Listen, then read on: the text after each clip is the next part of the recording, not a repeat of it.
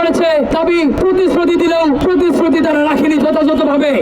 এবং অন্তর্বর্তীকালীন সরকার সেই সময়ে শিক্ষা সচিব ম্যাম রেহানা পারভিন ম্যাম, তিনি চাইলে আমাদের এই নিয়োগটি দিতে পারতেন। মাত্র 16,000 প্রার্থী ছিল, তারা আমাদের দাবি মেনে নেওয়ার পরেও 11,000-কে নিয়োগ দিয়েছে, আর 6,000 নিয়োগ প্রক্রিয়া এখনো ঝুলে রয়েছে। আমরা কর্তৃপক্ষের দৃষ্টি আকর্ষণ করছি, মাননীয় শিক্ষামন্ত্রীর দৃষ্টি আকর্ষণ করছি, মাননীয় শিক্ষা সচিব স্যারের দৃষ্টি আকর্ষণ করছি, এবং শিক্ষা মন্ত্রণালয়ের অতিরিক্ত সচিব জনাব মিজানুর রহমান স্যারের দৃষ্টি আকর্ষণ করছি, এবং আমাদের নিয়োগের সাথে যারা সরাসরি সংশ্লিষ্ট তথা এনটিআরসি কর্তৃপক্ষের দৃষ্টি আকর্ষণ করছি, যাতে তারা আমাদেরকে দ্রুত সময়ের মধ্যে নিয়োগ দিয়ে এবং তারা নতুন যে কোনো সিদ্ধান্ত বাস্তবায়ন করে। এনটিআরসি কর্তৃপক্ষ 18তম শিক্ষক নিবন্ধন পরীক্ষায় যারা চূড়ান্তভাবে উত্তীর্ণ হয়েছে তাদেরকে উপেক্ষা করে তারা কোনোভাবেই নতুন সার্কুলার দিয়ে নিয়োগ বাণিজ্য করতে পারে না। এটি কোনোভাবেই তরুণ প্রজন্ম মেনে নিবে না।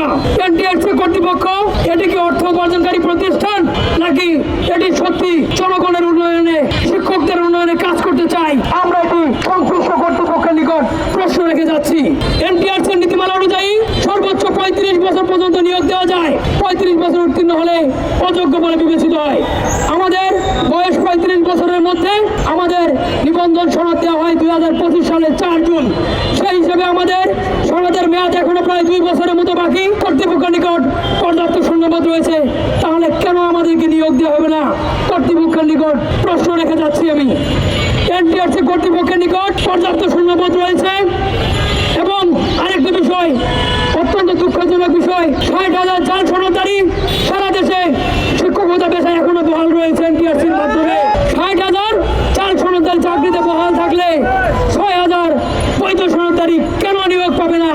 এটি প্রশ্ন রেখে যাচ্ছি। এনটিআরসির অযৌক্তিক কালক্ষেপণ ও অব্যবস্থাপনার ফলে প্রার্থীদের সনদের বয়স থাকলেও নিজেদের বয়স সীমা পেরিয়ে যাচ্ছে।